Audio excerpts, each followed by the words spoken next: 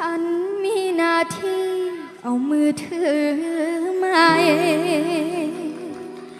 แต้มสีโลกไปให้สวยไปด้วยเสียงเพลงคนตรมที่อารมณ์วังเวมานั่งฟังเพลงคืนนี้จะปลอบใจ